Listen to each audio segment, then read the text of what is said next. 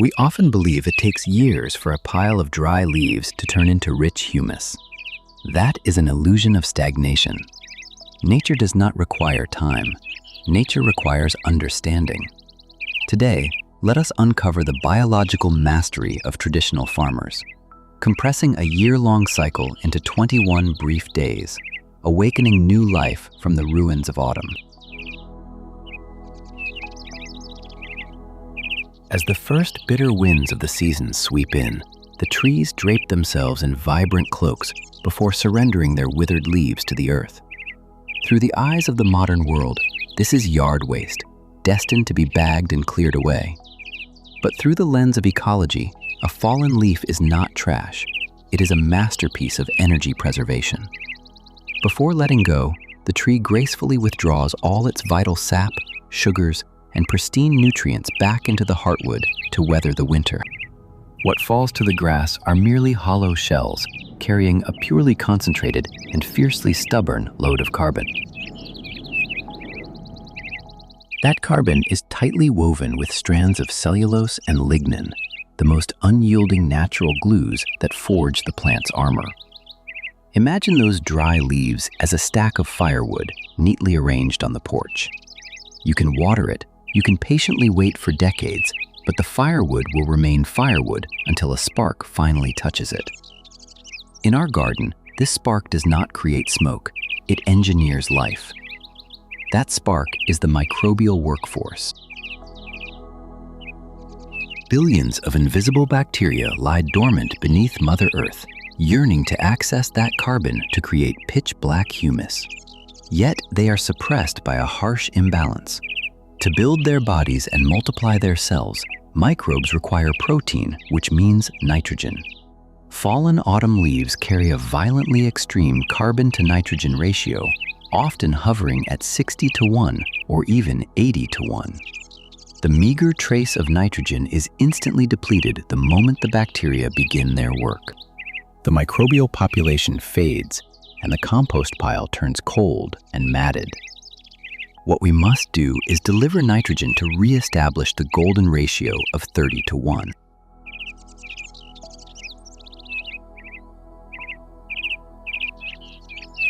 Before striking the match, the battlefield must be prepared.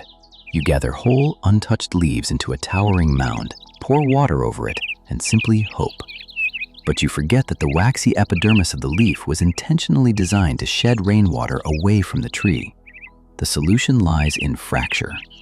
Run a lawnmower over the blanket of leaves in your yard, or use a metal rake to shred them. When the flawless architecture of the leaf is shattered, the doors are thrown wide open for moisture and microbes to invade. Shredding multiplies the surface area tenfold, transforming an impenetrable fortress into perfectly bite-sized nutrients for the microbial system.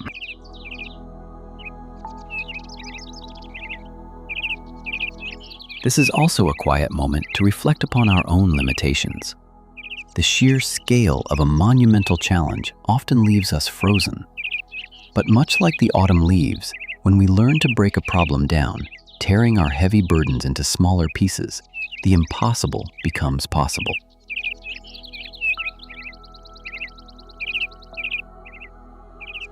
Once the shattered leaf fragments are ready, it is time to brew the biological catalyst. Many make the fatal mistake of dusting dry, powdered fertilizer over the leaves. Gravity will simply pull the powder down through the crevices, leaving the top layers bone dry. For the spark to truly ignite, the nitrogen must be dissolved into a liquid state, fully embracing and soaking into every torn edge of the leaves.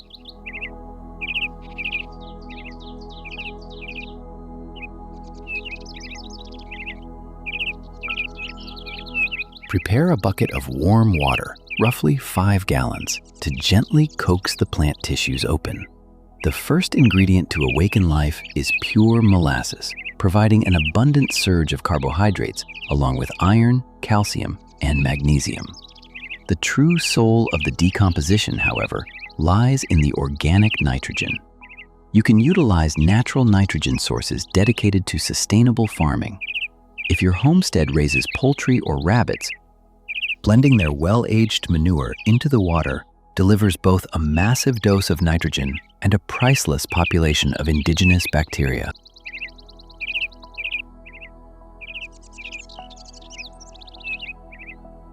Drop a few handfuls of worm castings into the bucket to inoculate the solution with billions of decomposing organisms.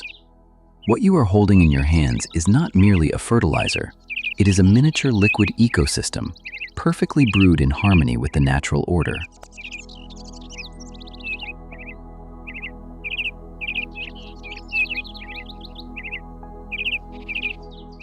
Choose a quiet corner of the garden with a compacted dirt floor, connecting directly to Mother Earth. Absolutely never build upon a concrete slab. Lay down a layer of shredded leaves about a hand-span thick and evenly drizzle the microbial elixir over the surface. Plunge your hands into the leaves and massage them.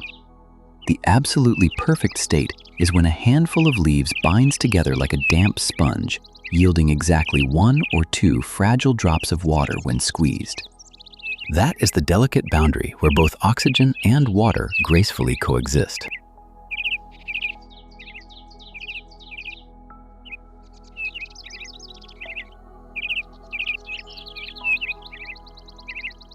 Continue this rhythm, layering leaves, drizzling water, until the mass reaches critical mass, roughly 3 feet wide, deep, and tall.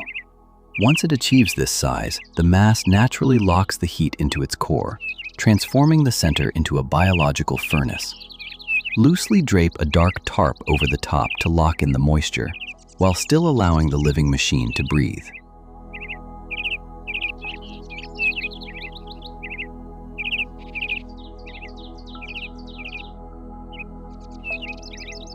Have you ever tried to compost a pile only for it to become a soggy, chaotic mess?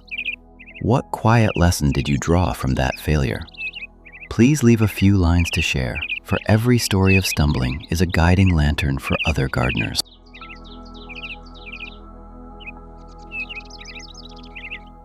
For the first 4 days, wait in stillness. On the morning of the 5th day, when you plunge your hand into the heart of the pile, you will feel an intense heat that can reach 140 to 160 degrees Fahrenheit. This physical thermodynamic heat is the undeniable proof of a fiercely multiplying microbial system, naturally purifying the earth of pathogens and weed seeds.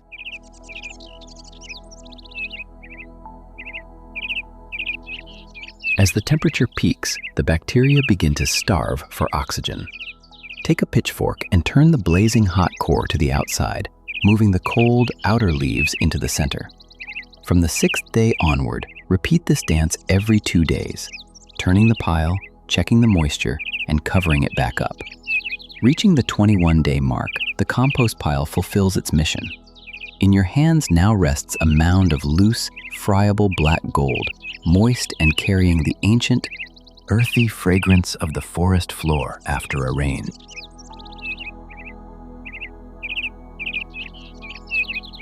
Yet a wise gardener must know how to be selective. Take care to avoid the leaves of the black walnut. This majestic tree releases juglone, a natural compound capable of suppressing the growth of neighboring plants.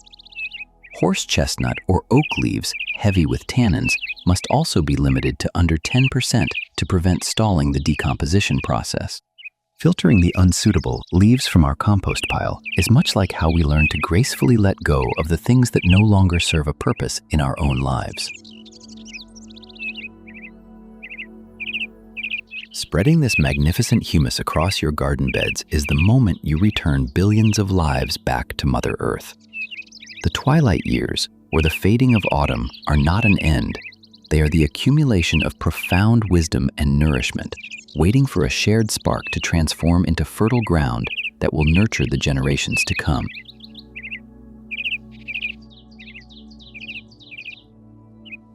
If the primal rhythm of this film has brought you a moment of peaceful stillness, please gently press the like button and subscribe to the channel.